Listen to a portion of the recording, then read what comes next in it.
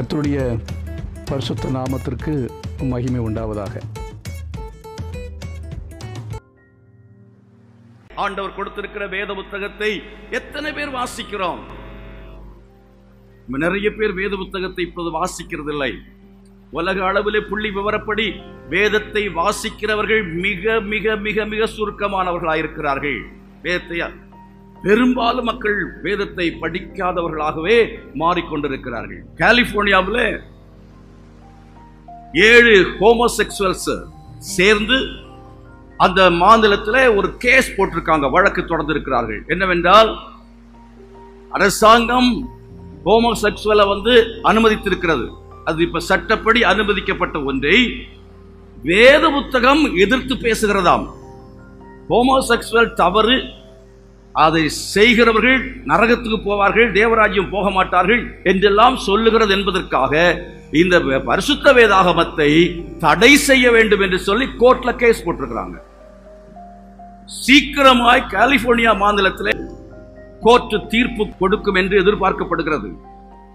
California மாநிலத்தில் இது pan பண்ணப்பட்டால் பரிசுத்த வேதாகமம், அதன் பின்பு மற்ற மாநிலங்களிலே இப்படி வழக்கு தொடர்ந்து பேன் பண்ணுவார்கள். அமெரிக்க தேசத்தில் எல்லா பள்ளிக்கூடங்களிலேயும் 10 கட்டளைகள் தொங்க விடப்பட்டிருந்தது. ஆனால் அதை வழக்கு போட்டு அதை அகற்றினார்கள். இப்பொழுது பரிசுத்த வேத புத்தகமே தடை செய்யப்பட வேண்டும் என்று அமெரிக்க தேசத்திலே குரல் எழும்பி இருக்கிறது. அமெரிக்க தேசத்திலே வழக்கு தொடர்ந்து வேத புத்தகத்தை பேன் பண்ணிவிட்டால் இந்தியாக்காரன் சும்மாவே இருக்க மாட்டான். மற்ற நாடுகள் உள்ளவர்களும் அதே விதமாய் இந்த பரிசுத்த வேதாகமத்தை பேன் பண்ண சட்டம் கொண்டு வருவார்கள். இது தடை பண்ணப்பட வேண்டும் என்று கொண்டு வருவார்கள். இந்த பரிசுத்த வேதாகமம் தடை செய்யப்பட்ட பிறகு உங்க கையில் வேத புத்தகம் இருந்தால் நீங்கள் கைது செய்யப்படுவீர்கள். இது தடை செய்யப்பட்ட பிற்பாடு உங்கள் வீடுகளில் நீங்கள் வைத்திருக்க அனுமதி இல்லை. இது தடை செய்யப்பட்ட பொருளாக எண்ணப்படும். அது மாத்திரமல்ல, காலப்போக்கிலே நாம் இப்படி ஆராதிக்கும்படியான ஆராதனைக்குரிய சுதந்திரங்கள் மறுக்கப்படும், உலக அளவிலே மறுக்கப்படும். அருமையானவர்களே, இன்றைக்கு ஆண்டவர் நமக்கு கொடுத்திருக்கிற இந்த வாய்ப்பை பயன்படுத்தி எத்தனை பேர் வேத புத்தகத்தை படிக்கிறோம்? எந்த அளவு வேத புத்தகத்தை படித்து ஆராதனையில் பங்கு பெற்று ஒவ்வொரு நாளும் ஜெபம் நடக்கிறதே. வீடுகளில் இருக்கிறதான மக்கள் ஜெபம் பண்ணி தங்களுடைய ஆவிக்குரிய வாழ்க்கையை கட்டி எழுப்பி பலப்படுத்தி வைத்துக் கொண்டால் வரப்போகிற பயங்கரமான கொடிய காலத்துக்கு நாம் தப்பிக்கொள்ள முடியும். இல்லை என்று சொன்னால் நாம் நிச்சயமாகவே நிலை நிற்க முடியாதபடிக்கு பயங்கரமான ஒரு உபத்திரவ காலம் நமக்கு முன்னே வரப்போகிறது. பயங்கரமான ஒரு உபத்திரவ காலத்துக்கு உள்ளே நாம் தள்ளப்பட போகிறோம். ஆண்டவர் அப்படி நம்மை அவர் சாத்தானுடைய கையிலே அவர் கொடுக்க போகிறார். கிறிஸ்தவர்களுக்கு தேவன் அப்படிப்பட்டதான நியாய தீர்ப்பை, உபத்திரவத்தை தேவன் கொடுக்க போகிறார். ஏன்? கணக்கு ஒப்புவிக்கும்படியாய் கர்த்தர் காலத்தை ஆண்டவர் இவ்வளவு நாள் கொடுத்து விட்டார். ஆனால் நாம் சரியானபடி சுவிசேஷத்தை பிரசங்கம் பண்ணினோமா என்றால் சரியானபடி சுவிசேஷத்தை பிரசங்கம் பண்ணவில்லை. அறிந்து கொண்டபடி நாம் ஜெபித்தோம் என்றால் ஜெபிக்கவில்லை. ஏதோ ஆராதனைக்கு ஞாயிற்றுக்கிழமை வருகிறோம், கொஞ்ச நேரம் உட்கார்ந்துட்டு போறோம், அவ்வளவுதான் செய்கிறோம். வேற என்ன நம்ம செய்கிறோம்? கிறிஸ்தவர்கள் நாம் என்ன செய்தோம், என்ன சாதித்தோம்? குறை சொல்லுகிறோம், குற்றம் சொல்லுகிறோம். மற்ற அநேக சபைகளில் கூடி அடி போடுகிறார்கள், சண்டை போடுகிறார்கள், வழக்கு தொடர்கிறார்கள், அரசியல் நடக்கிறது. பல விதத்திலே தேவன் என்ன செய்கிறார் என்றால், இவ்வளவு நாட்களும் பொறுமையோடு இருந்தவர் இப்பொழுது உலகத்தை ஆண்டவர் அவர் நியாயம் தீர்க்கு முன்பதாக முதலாவதாக கர்த்தர் நியாய தீர்ப்பை அவர் தேவ ஜனங்கள் மத்தியிலே இருந்து அவர் துவங்க இருக்கிறார். நாம் எல்லாரும் என்ன செய்ய வேண்டும் என்று சொன்னால், நாம் இந்த நாட்களிலே உலகத்தில் உள்ள சகல கிறிஸ்தவர்களுக்காக ஜெபம் பண்ண வேண்டும். உலகத்தில் சபைகளுக்காக ஜெபிக்க வேண்டும். ஆண்டவரே, ஒரு மாற்றம் உண்டாக வேண்டும், ஒரு மனம் திரும்புதல் உண்டாக வேண்டும் என்று சொல்லி நாம் கண்ணீரோடு கூட ஜெபிக்கும் பொழுது நிச்சயமாகவே கர்த்தர் ஒரு மாற்றத்தை அவர் தருவதற்கு அவர் வல்லமுள்ள தேவனாக இருக்கிற எத்தனை பேர் விசுவாசிக்கிறீர்கள்? எலியா ஜெபித்தான். அவன் நம்மை போல பாடுள்ள மனுஷனாயிருந்தும் அவன் ஒருவன் தனியாய் ஜெபித்த பொழுது அவனுடைய ஜெபத்தை கேட்டு கர்த்தர் அன்றைக்கு ஒரு பெரும் கூட்டம் இஸ்ரவேல் ஜனங்கள் மத்தியிலே ஒரு பெரிய மாறுதல் உண்டாகும்படியாக, எழுப்புதல் உண்டாகும்படியாக, உயிர்மீட்சி உண்டாகும்படியாய் கர்த்தர் கட்டளையிட்டார். நாம் எங்கேயோ இருந்து நாம் ஜெபிப்போம் என்றாலும் ஜெபத்திற்கு வல்லமை உண்டு. ஜெபிக்கிற விசுவாசிகளை கர்த்தர் என்ன செய்வார் என்றால், அவர் நெத்தியிலே அவர் என்ன செய்வாராம், அவர் அடையாளம் போடும்படி சொல்லுகிறார். வாசிக்கலாம்.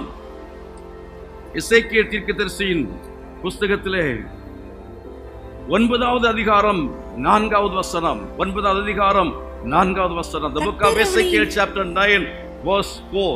கர்த்தர் அவனை நோக்கி, அவனை நோக்கி, நீ எருசலேம் நகரம் எங்கும் உருவப் போய் அதற்குள்ளே செய்யப்படுகிற சகல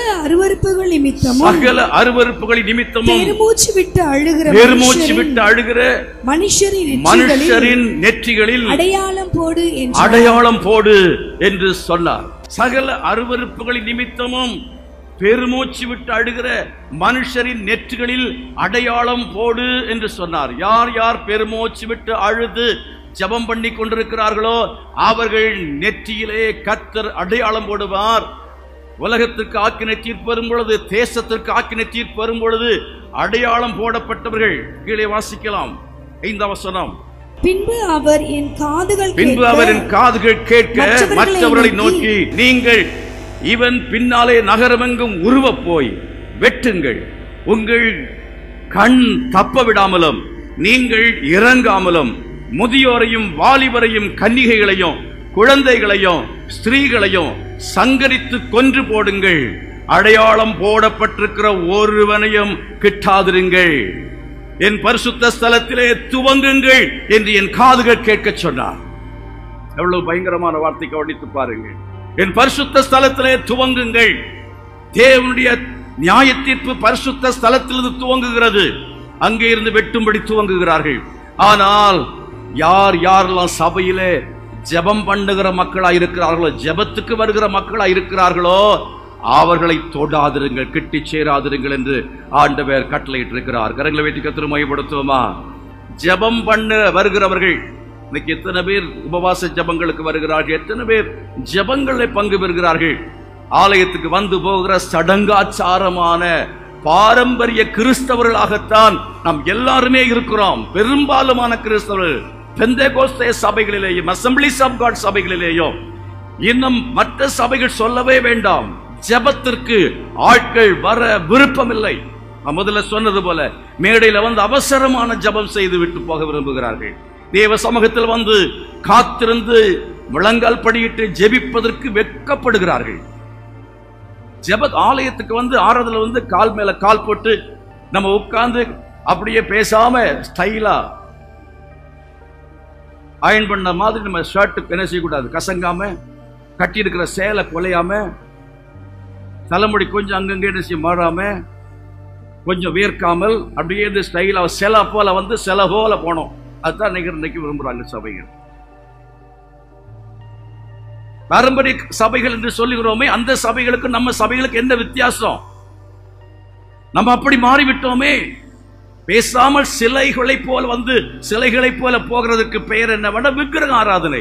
விக்கிரகத்தை போல வந்து நின்று விக்கிரகத்தை போல போகிற, வாயிருந்தும் பேசாது, கைகள் இருந்தும் அசைக்காது. அப்படித்தான் சொல்ல, அதுக்கு பெயர் தான் விக்கிரக ஆராதனை.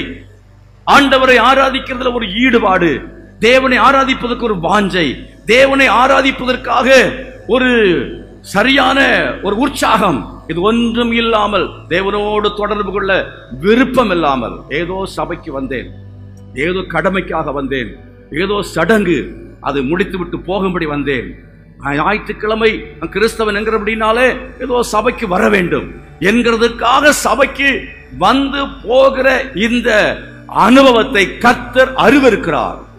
தேவன் அப்படிப்பட்டவர்களை கணக்கு கேட்கும்படிய காலம் சீக்கிரத்தில் வெளிப்படுகிறது. யார் யாரெல்லாம் பெருமூச்சு விட்டு அழுகிறார்களோ, யார் யாரெல்லாம் இரவு ஜெபத்தில் வந்து பெருமூச்சு விட்டு அழுகிறார்களோ, யார் யார் வீடுகளை முழங்கால் படியிட்டு ஆண்டவரே ஜனங்களை ரட்சியும், இப்படிப்பட்ட அருவருப்புகளை பார்க்கிறோமே, இந்த அருவருப்புகள், தேசத்தின் அருவருப்புகள், பாவங்களை நீர் ஆண்டவரே காண்கிறீரே, இவைகளை ஆண்டவரே நீர் இந்த ஜனங்களுக்கு ஒரு ரட்சிப்பை கொடுக்க வேண்டும், ஒரு மனம் திரும்பலை கொடுக்க வேண்டும் என்று சொல்லி யார் பெருமூச்சு விடுகிறார்களோ அவர்களை கர்த்தர் என்ன செய்வார் என்றால் பாதுகாக்க போகிறார். கரங்களை வைத்து கர்த்தர் மையப்படுத்துவார். அவர்களை ஆண்டவர் பாதுகாக்க போகிறார். ஆகையால் பிரியமானவர்களே, தேவனுடைய வீட்டிலே நியாய தீர்ப்பு துவங்கும் காலமாயிருக்கிறது. லூக்கா சுவிசேஷத்தை என்ன வாசித்தீர்கள்? 13:1 முதல் 5 வரையிலேயும் மனம் திரும்புங்கள், நீங்களும் மனம் திரும்பாமல் போனால் கெட்டு போவீர்கள். சீலோவாமில் இருக்கிற மக்களை விடவும் நீங்க சிறந்தவர்கள் என்று நினைக்க வேண்டாம். சீலோவாம் அதாவது இஸ்ரவேல் தேசத்துக்குள்ளே இருக்க ஒரு இடம்தான். சீலோவாமிலே அநேக அற்புதங்கள் நடந்த இடம், சீலோவாமிலே தேவனுடைய அதிசயங்கள் நடந்த இடம். அந்த இடத்தையே விட்டு வைக்கவில்லை என்றால் எருசலேமே ஒன்றையும் காப்பாற்ற முடியாது. நீ மனம் திரும்பு என்று ஆண்டவர் எருசலேமுக்கு எச்சரித்தார். அந்த எச்சரிப்பை கேட்காமல் போனபடினாலே எருசலேமுக்கு வந்த ஆக்கினை தீர்ப்பிலே ஒரு கல்லின் மேல் ஒரு கல் இராதபடிக்கு அந்த பட்டணம் இடிக்கப்பட்டது, அந்த தேவ ஆலயம் இடிக்கப்பட்டது, உழப்பட்டது. கற்பவதிகளுடைய அதாவது கற்பவதிகள் வயிறுகள் கிழிக்கப்பட்டது, ரத்தம் ஆராய் ஓடிற்று என்று சொல்லி பார்க்கிறோம். AD 70 ஆண்டவர் சொல்லி 70 ஆண்டுகள் ஆகிறதுக்கு முன்பதாகவே தேவனுடைய நியாய தீர்ப்பு அங்கே சம்பவித்தது என்று சொல்லி பார்க்கிறோம்.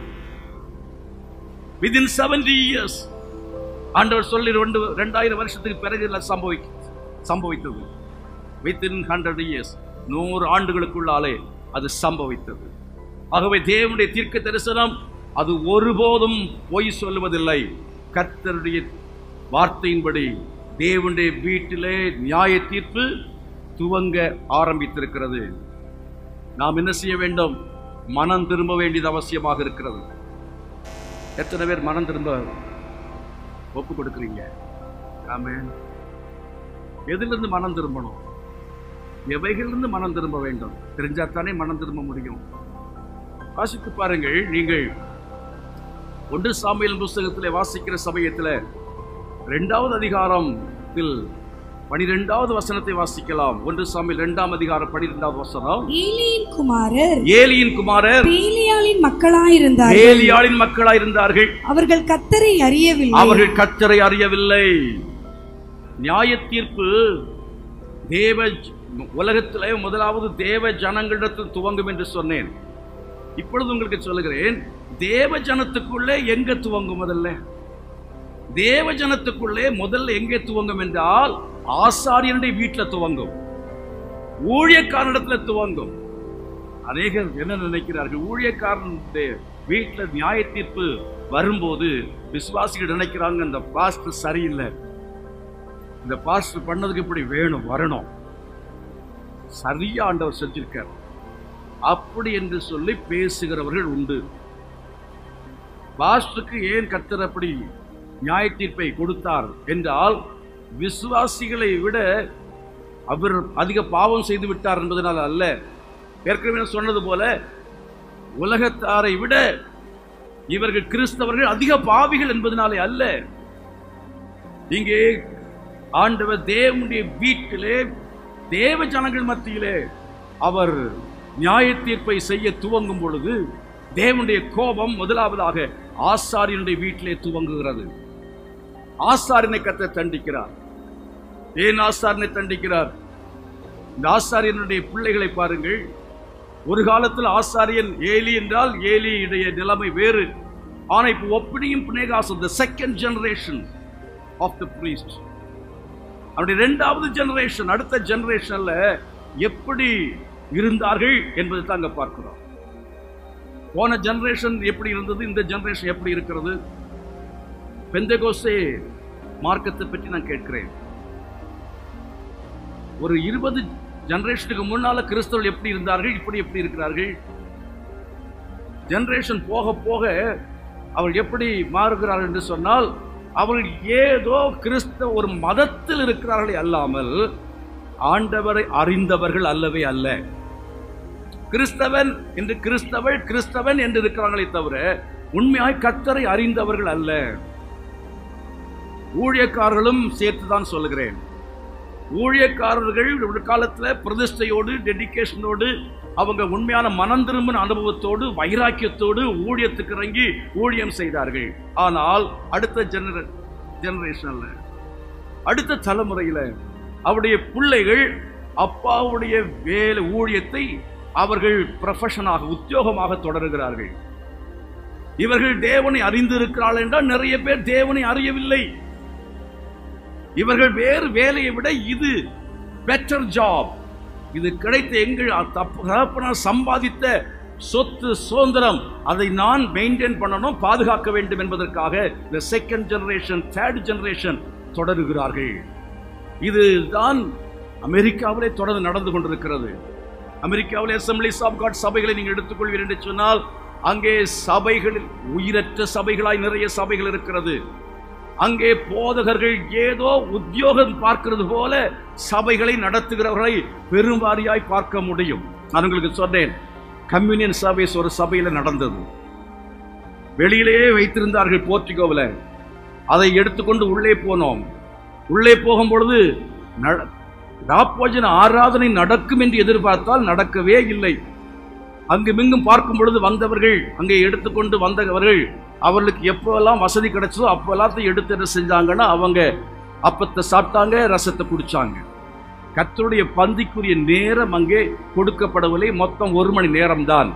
அந்த 1 மணி நேரத்தில் அவசரமாக ஆராதனை முடிகிறது. எல்லாரும் போகிறார்கள். வெளியே போய் நின்று காஃபி குடிக்கிறதற்கு, கதை பேசுவதற்கு அதிக நேரம் எடுத்துக்கொள்கிறார்கள். ஆராதிப்பதற்கு, பிரசங்கத்தை கேட்பதற்கு, மற்ற காரியங்களிலே மக்களுக்கு நேரம் இல்லை. ஆராதிப்பதற்கே நேரம் இல்லை. கர்த்தருடைய பந்தி பரிமாறுவதற்கே நேரம் இல்லை. அப்படிப்பட்ட நிலைமையிலே அமெரிக்காவில் சபைகள் போய்கொண்டிருக்கிறது. ஆகவே தான் கர்த்தர் முதலாவது அமெரிக்காவிலேயே பைபிளை பேன் பண்ணாலும் பேன் பண்ணுவார். முதல்ல சபைகள் அங்கே பேன் பண்ணப்படும். இன்றைக்கு பிரிட்டிஷ்ல, லண்டன், அதாவது இங்கிலாந்துல நிறைய சபைகள் பூட்டப்பட்டிருக்கிறது. தேவனுடைய வீட்டிலே துவங்கும் காலம், நியாய தீர்ப்பு துவங்கும் காலமாய் இருக்கிறது. கர்த்தரை அறிந்து கொள்ளாதவர்களாய், தேவனோடு கூட தொடர்பில்லாதவர்களாய், ஆண்டவரை அறிகிற அறிவு என்று சொன்னால் என்ன, அதாவது ஒரு கிறிஸ்தவ குடும்பத்தில் பிறந்த ஒரு பிள்ளை தன் தகப்பனுக்காக ஜெபம் பண்ணுகிறாள்.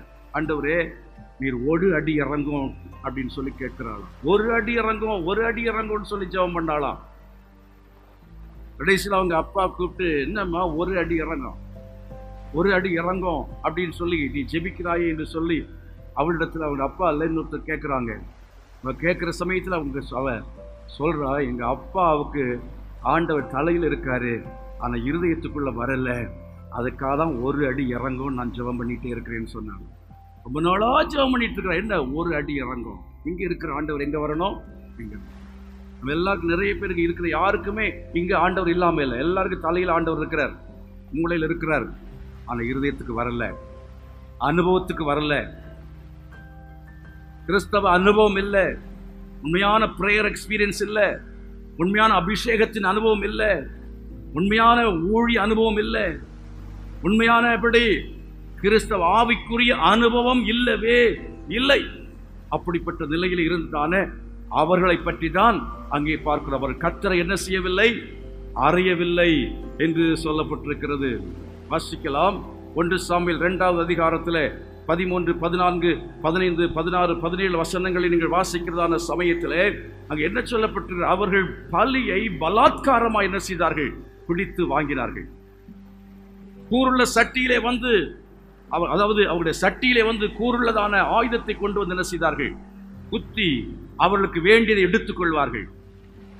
இல்லை, கொழுப்பை நாங்கள் எரித்த பிறகு, ஆண்டவருக்கு தகனமாய் கொடுத்த பிறகு மீதி நீங்கள் எடுத்துக்கொண்டு போங்கள் என்று சொன்னால், இல்லை, கொழுப்போம் எங்களுக்கு வேண்டும் என்று சொல்லி ஆராதனை அலட்சியம் பண்ணி, பலியை அலட்சியம் பண்ணி, அவ்விதமாக ராஜகமாய் அட்டூழியமா காரியங்களை பண்ணினதான மக்களா இருந்தபடினால அவளுக்கு பேலியாளின் மக்கள் என்று சொல்லி பெயர். இன்றைக்கு அநேகர் தேவனுடைய ஆராதனை அலட்சியம் பண்ணுகிறார்கள். தேவனுடைய ஆராதனையிலே ஆராதனை நடத்துகிறவர்களுக்கு வேதனை உண்டாக்குகிறார்கள். வேதனை உண்டாக்கக்கூடியதான காரியங்கள் நடக்கிறத பார்க்கிறோம். அநேக இடங்கள்ல பார்த்தீங்கன்னு சொன்னா மக்கள் தூங்கி கொண்டிருப்பார்கள். அநேக இடங்கள்ல பார்த்தீங்கன்னு சொன்னா அவங்க செல்போனை வச்சு விளையாடிட்டு இருப்பாங்க. அநேகர் என்ன செய்வாங்கன்னா எழுந்து அவங்க அடிக்கடி வெளியே போய் பேசிட்டு வருவாங்க. பெருவாரியான சபைகளை பார்த்தீங்கன்னா ஆராதனை முடிஞ்சதுக்கு பிறகுதான் சபைக்கு ஆட்கள் வருவாங்க. கடைசி வரையிலையும் அவர்கள் இருந்து எத்தனை பேர் வசனத்தை கவனித்தார்கள், தேவனுடைய வார்த்தையை கவனித்தார்கள், ஒப்பு கொடுத்தார்கள் என்று கணக்கு பார்த்தால் மிக மிக குறைவான எண்ணிக்கையிலேயே மக்கள் இருக்கிறதை பார்க்கிறோம். அப்படிப்பட்ட நிலைமையிலே இந்த ஜனங்கள் இருந்தார்கள் என்று சொல்லி பார்க்கிறோம். 1 சாமுவேல் 2ஆம் அதிகாரத்திலே 22ஆம் வசனத்திலே படிக்கிறோம். அங்கே வருகிற பெண்களோடு ஸ்திரீகளோடு கூட, இஸ்ரவேல் ஜனத்தினுடைய பெண்களோடு கூட அவர்கள் வேசித்தனம் பண்ணினார்கள் என்று சொல்லப்பட்டிருக்கிறது.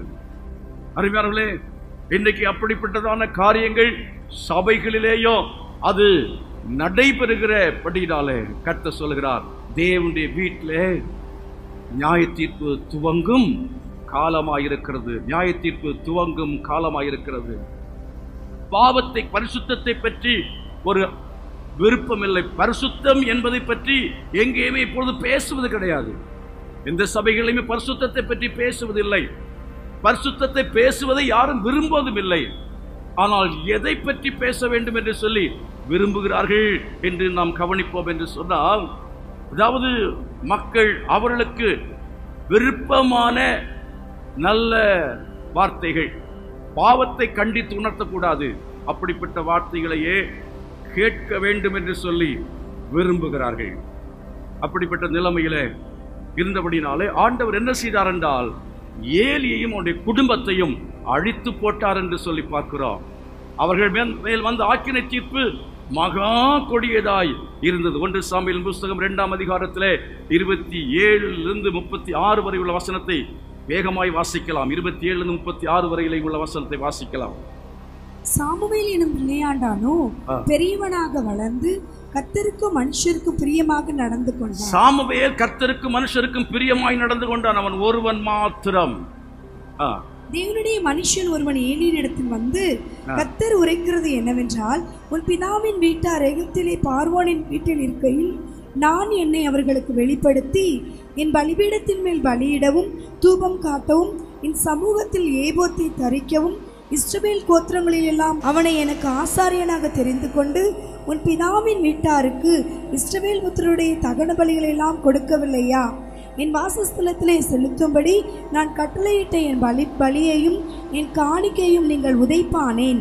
என் ஜனமாகிய இஸ்ரவேலின் காணிக்கைகளில் எல்லாம் பிரதானமானவைகளை கொண்டு உங்களை கொழுக்க பண்ணும்படிக்கு நீ என்னை பார்க்கிலும் உன் குமாரரை மதிப்பானேன் என்கிறார். ஆகையால் இஸ்ரவேலின் தேவனாகிய கர்த்தர் சொல்லுகிறதாவது, உன் வீட்டாரும் பிதாவின் வீட்டாரும் என்றைக்கும் என் சந்நிதியில் நடந்து கொள்வார்கள் என்று நான் நிச்சயமாய் சொல்லி இருந்தும் இனி அது எனக்கு தூரமாய் இருப்பதாக என்னை கனம் பண்ணுகிறவர்களை நான் கனம் பண்ணுவேன், என்னை அசட்டை பண்ணுகிறவர்களை கனவீனப்படுவார்கள் என்று கர்த்தர் சொல்கிறார். அடுத்த வசனம், உன் வீட்டில் ஒரு கிழவனும் இராதபடிக்கு, ஒரு கிழவனும் இராதபடிக்கு வயதாகிறது வரை யாரும் உயிரோடு இருக்க மாட்டாங்கன்னு சொல்றார். 60 வயது 70 வயது 50 வயசுக்கு மேல தாண்டதுக்கு முன்னால அகால மரணம் அடைவார்கள் என்று ஆண்டவர் சொல்லுகிறார். ஒப்னி பினேகாசுக்கும் அது சம்பவித்தது. ஆபத்து வரும் பொழுது கர்த்தர் சொன்னார், ஆகடியம் பண்ணுவேன் என்று ஆண்டவர் சொல்லுகிறார். கர்த்தர் ஆகடியம் பண்ணினார். ஆகல் பிரியமார்களே, அவர்களுக்கு சம்பவித்தது இவர்களுக்கு சம்பவித்தது எனக்கெல்லாம் வராது என்று நினைத்துக் கொண்டிருக்காதபடிக்கு நியாய தீர்ப்பு தேவனுடைய வீட்டில் துவங்கும் காலமாயிருக்கிறது.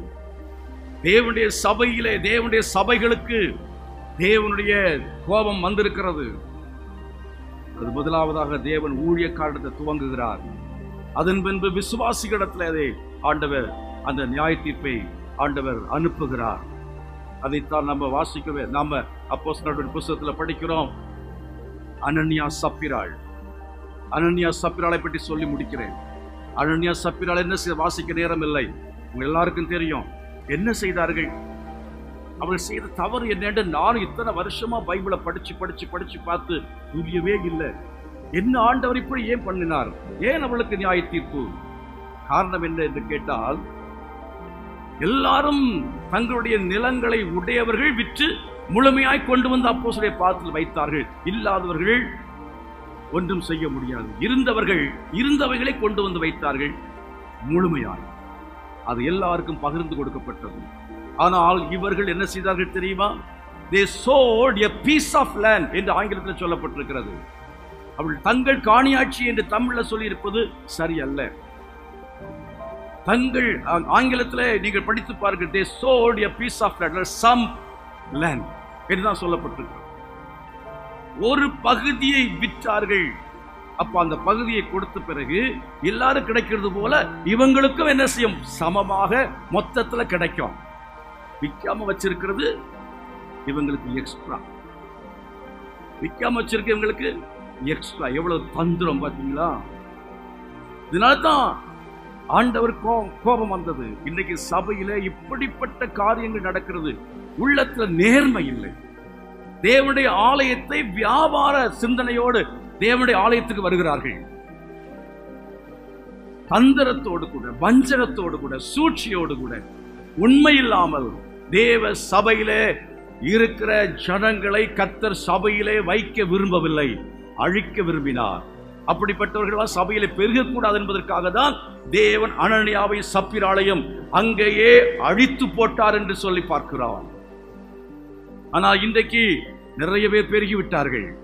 போனா போட்டு சும்மா இருக்கிறார். ஆனா அப்படி அவர் இருக்க மாட்டார். தேவன் கைகளை நீட்ட அவர் ஆரம்பித்து விட்டார். அவர் விசுவாசிகளுக்கு எதிராக கைகளை நீட்டுவார். தேவனுடைய ஜனத்துக்கு விரோதமாக அவர் நியாய தீர்ப்பு அவர் கொண்டு வர போகிறார். அருமையானவர்களே, நாம் மனம் திரும்ப வேண்டியது அவசியமாக இருக்கிறது. நம்முடைய தவறான அந்த வஞ்சகமான இருதயம், இந்த சூழ்ச்சியான இருதயம், உண்மையற்ற இருதயம், ஏன் சபைக்கு வருகிறோம்? படைக்கிறதுக்காக வருகிறோமா? கல்ற தோட்டத்துக்கு வர்றோமா? இல்ல கல்யாணத்தை நடத்துறதுக்காக வர்றோமா? எதுக்காக வர்றோம்? இந்த எண்ணத்தோடு நாம் வருகிறோம் என்றால் கர்த்தர் அதை வெறுக்கிறார். தேவனுடைய ஆலயத்தில் நாம் வருகிறோம், தேவனுடைய சபையில் அங்கமாக இருக்கிறோம் என்றால் தேவனை நாம் ஆராதிக்க வேண்டும், தேவனை பின்பற்ற வேண்டும், நாம் பரிசுத்தம் அடைய வேண்டும், கர்த்தருக்கு நாம் ஊழியம் செய்ய வேண்டும், தேவ ராஜ்யத்தை கட்ட வேண்டும். அங்கிருந்து ஏதாவது நம்ம எடுத்து லாபமாக வீட்டில் கொண்டு போய் பதுக்கி வைக்கலாம். நாம் பிழைக்கிறதுக்காக, நம்முடைய பிழைப்புக்காக, நம்முடைய ஜீவனத்திற்காக, சர்வ பிரகாரமாக ஏதோ நம்மளோட வாழ்க்கை நடத்துவதற்காக இந்த ஆலயத்தை கர்த்தர் நமக்கு தரவில்லை. இந்த மார்க்கத்துக்குள்ளே கர்த்தர் நம்மை கொண்டு வரவில்லை. ஆண்டவர் நம்மை தெரிந்து கொண்ட நோக்கம், ஏன் சபையை வைத்திருக்கிறார் என்றால் அந்த சபையிலே உள்ள நோக்கம் நிறைவேற ஒப்பு கொடுப்போமாக. தேவ சமூகத்தில் எழுப்பி ஆண்டவரை பார்த்து சொல்லுவோம், ஆண்டவரே, அன்றைக்கு நோவா காலத்தில் அவன் பிரசங்கத்தை கேட்டும் உணராமல் ஜனங்கள் பெண் கொண்டும் பெண் கொடுத்தும் வெள்ளம் வந்து வாரிக்கொண்டு போக மட்டும் உணராதிருந்தார்கள் என்று சொல்லியிருக்கிறது. அதே போல இந்த நாட்களிலேயும் எச்சரிப்பை கேட்டு மனம் திரும்பாமல்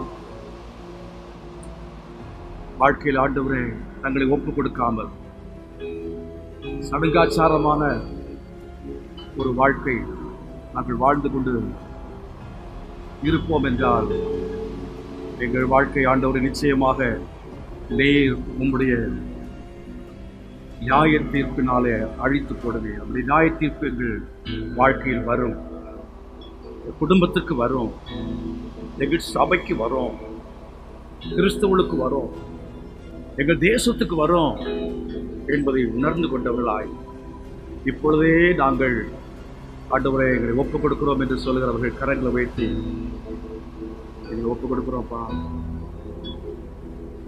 இயேசுவே, நாங்கள் மனம் திரும்புகிறோம். எங்கள் குறைகளை மன்னிங்க, குற்றங்களை மன்னிங்க, எங்களை பரிசுத்தவான்களாய் மாற்றுங்க, எங்களை பரிசுத்தவாட்டிகளாய் மாற்றுவீராக. நாங்கள் கணக்கு ஒப்புவிக்க வேண்டும். எங்களை ரட்சித்திருக்கிறீர், எங்களை அபிஷேகம் பண்ணி இருக்கிறீர், எங்களை தெரிந்து கொண்டு எங்களை சபையில வைத்திருக்கிறீர், எங்களுக்கு வேத புத்தகத்தை தந்திருக்கிறீர், எவ்வளவோ பிரசங்களை எங்களுக்கு கொடுத்து விட்டீர். ஆண்டவரே, கண்ணி கொடாத மரமாக இருக்கிறோம். இதை வெட்டி போடுங்கள் என்று கர்த்தாவிலே சொல்லும் வரையிலும் நாங்கள் உணராமல் இருக்கக்கூடாது. இன்றைக்கு கடைசி எச்சரிப்பாக இருக்கலாம். என் வாழ்க்கையில் ஆண்டவரை கொடுத்திருக்கிற எச்சரிப்பை நான் கேட்டவனாக மனம் திரும்புகிறேன். ஓ ஹல்லேலூயா. இன்று முதல் ஆண்டவரே உம்முடைய வேதத்தை வாசிக்க ஒப்புக் கொடுக்கிறேன், ஜெபிக்கும்படியாய் ஒப்புக் கொடுக்கிறேன், உம்மை பின்பற்றும்படியாய் ஒப்புக் கொடுக்கிறேன், உமக்கு ஊழியம் செய்யும்படியாய் ஒப்புக் கொடுக்கிறேன், உண்மையாய் உம்மை ஆராதிக்கும்படியாய் ஒப்புக் கொடுக்கிறேன் என்று சொல்லி தேவ சமூகத்தில் நம்ம எல்லாரும் கரங்களை வைத்தவர்களாக ஒப்புக் கொடுத்து இந்த பாடலை நாம் பாட போகிறோம். மாற்றும் உம் சாயலா என்று சொல்லி நம்ம எல்லாரும் கேட்போம். இயேசுவே, ஓ ஹல்லேலூயா. மாற்றும் உம் சாயலா மண்ணான என் சரீரத்தே எங்குதன் உள்ளமே இயேசுவை காணவே எங்குதன் உள்ளமே இயேசுவை காணவே மாற்றும் சாயலா மண்ணான என் சரீரத்தே எங்குதன் உள்ளமே இயேசுவை காண. மறுபடியும் கரங்களை வைத்து சேர்ந்து சொல்லுவோமா? மாற்றும் சாயலா மண்ணான என் சரீரத்தே எங்குதன் உள்ளமே இயேசுவை காணவே எங்குதன் உள்ளமே இயேசுவை காணவே. Once again, மாற்றும் சாயலா மண்ணான என் சரீரத்தே எங்குதன் உள்ளமே இயேசுவை காணவே. சொல்லுமா? எங்குதன் உள்ளமே இயேசுவை காணவே பரிசுத்தமாக்கப்பட்டோரெல்லாம் பரிரூபமாக்கப்பட்டிடுவார். பரிசுத்தமாக்கப்பட்டோரெல்லாம் பரிரூபமாக்கப்பட்டிடுவார். மரித்த சுத்தரும் உயிரோடு எழும்ப விண்மீனில் ஏகிடுவோம். மரித்த சுத்தரும் உயிரோடு எழும்ப விண்மீனில் ஏகிடுவோம். கரங்களை உயர்த்தி சாயலா சரீரத்தே எங்குதன் உள்ளமே இயேசுவை காணவே எங்குதன் உள்ளமே இயேசுவை காண. சேர்ந்து சத்தமாய் சொல்லுவோம். எங்குதன் உள்ளமே இயேசுவை காணவே. Once again, எங்குதன் உள்ளமே இயேசுவை காணவே. இயேசு சீக்கிரம் வரப்போகிறார். அவர் வருகைக்கு ஆயத்தமாய் மாற கர்த்தர் நமக்கு உதவி செய்வாராக.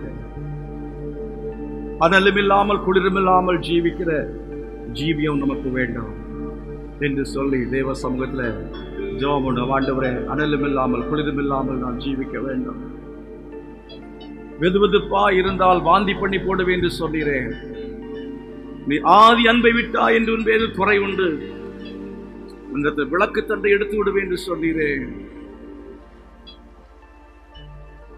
உன்னை கட்டில் கடையாக்குவேன் என்று வெளிப்படுத்தின விசேஷத்திலே சபைக்கு நீ சொல்லி எச்சரித்திருக்கிறீரே.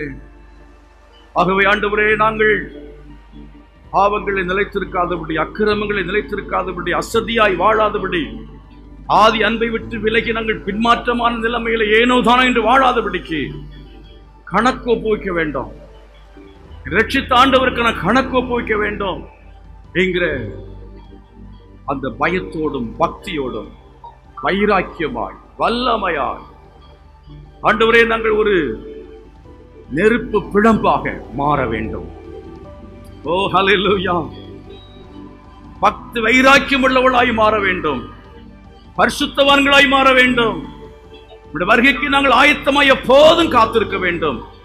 எங்களுக்கு உதவி செய்யும் என்று சொல்லி தேவ சமூகத்தில் கரங்களை வைத்து ஜெபம் பண்ணுவோம். தகப்பனே, உம்முடைய சமூகத்தில் நாங்கள் கடந்து வருகிறோம்.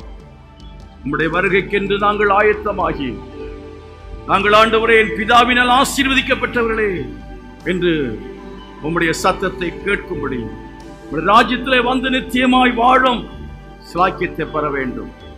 மகிமையை நாங்கள் அடைய வேண்டும். உதவி செய்வீராக.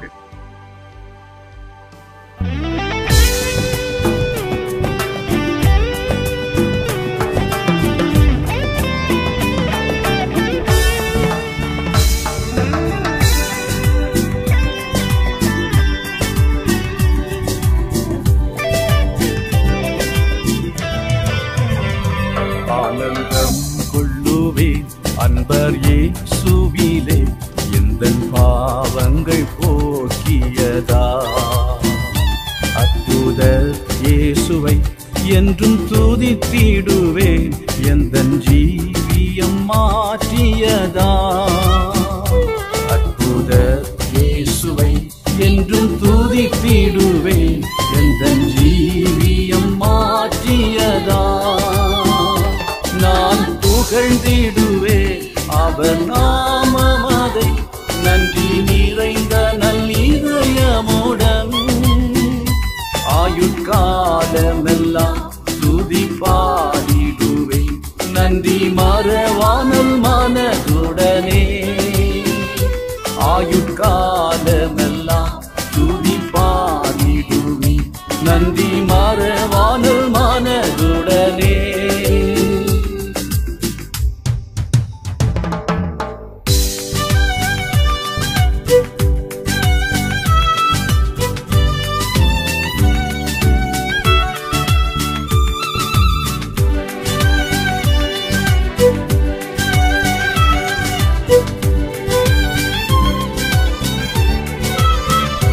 இத்தனை அற்புத நன்மைகள் செய்தவர் இன்னமும் எம்மை காத்திடுவார்.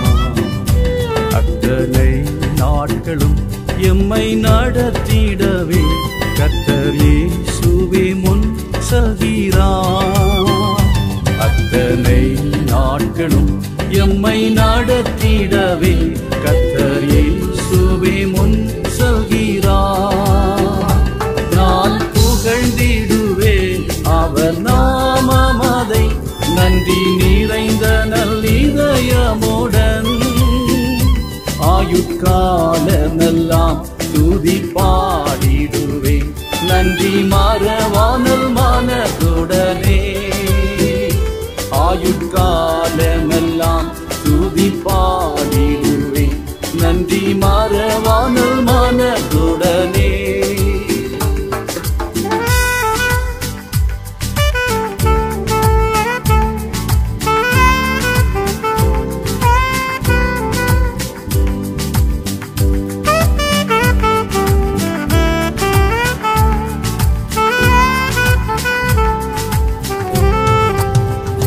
சோர்ந்திடும் வேளைகள் எம்மை தேற்றிடவே இந்தவர் தேவ ஆவியம்மில்.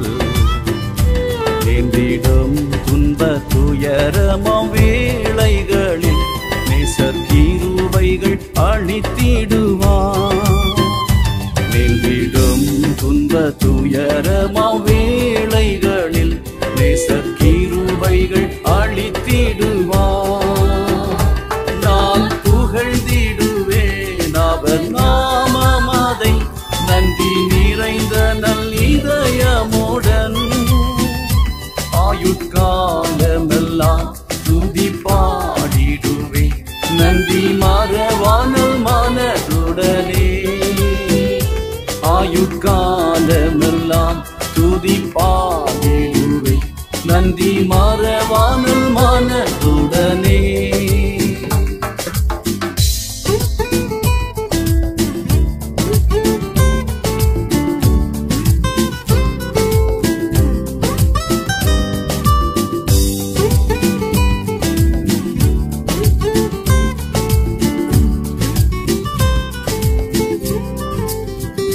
கூப்பிடும் வேளைகள் நேசக்கொடி அசைத்தே, வேகமாய் வந்தே பதிலளித்தார்.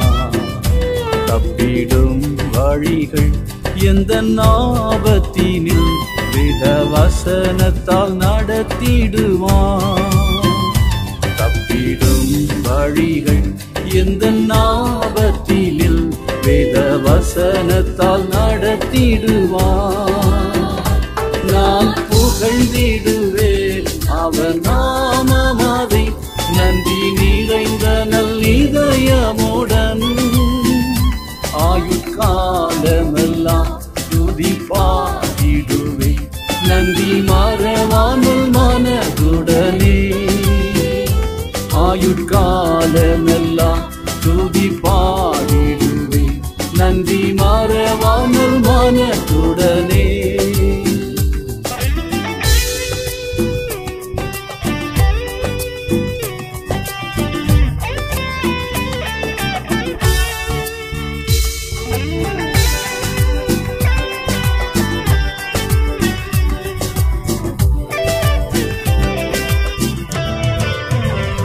பற்பல சோதனை எம்மை சூழ்ந்திட்டதால், நற்பலன் வாழ்வில் பரிசுத்தமே. சீயோனை எமக்காய் கட்டி வெளிப்படுவார், சேவன் தரிசிக்க தூய முகம். சீயோனை எமக்காய் கட்டி வெளிப்படுவார், சேவன் தரிசிக்க தூய முகம். நான் புகழ்ந்திடுவேன் அவர்